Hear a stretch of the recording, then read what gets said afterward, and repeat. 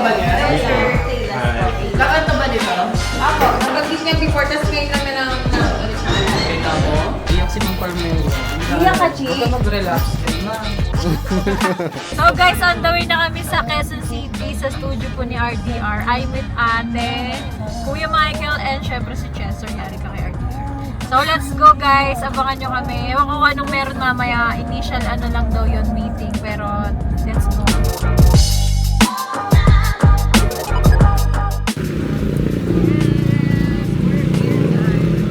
I'm the sales unit manager po. Your Ma'am Carmela. Si Ma'am April tama ba? Hello. Nice to meet you po. Mapapansin mo boss, mukha kami computer shop talaga, no? At sobrang sikat natin dito. Tara nga po. Yes, sir. Kakanta ba nito? Ako, nabagit niya before, tapos ngayon lang na ulit sa alam. Kita mo? Iyak si Ma'am Carmela. Iyak ka, Chi. Huwag ka mag-relax.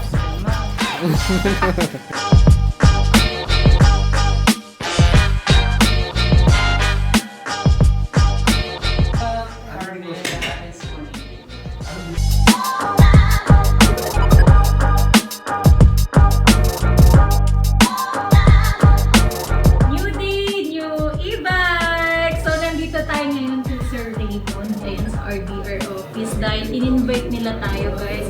Dahil sa sobrang trending ng Kaylas. Oh, natin yan guys ha.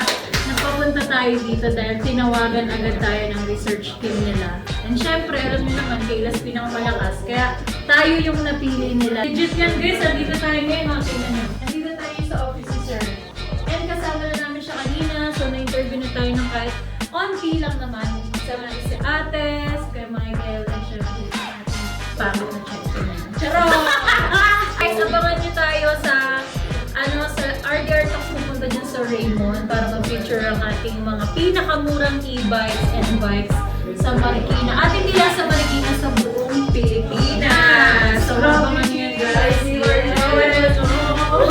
Grabe guys! Ganun kalakas ang Kaylas. Sabi sa inyo, Kaylas pinakamalakas 2026 at hindi namin naman papabayaan. So, syempre ngayon mas pinalakas tayo. Ito nyo naman, first quarter pa lang, palaban na talaga ang Kaylas at mas lumalakas pa. Nakakaiyak guys, Ayan. naiiyak si Ella kanina. So thank you Lord sa lahat ng blessings. Kung hindi dahil sa Kaylas, wala kami dito. Yes. Si Kaylas talaga ang nagdala. Yes. Nandito na kami ngayon guys, so, at abangan nyo pa more na lugar i-explore namin guys. So, abangan nyo lang lagi. Don't forget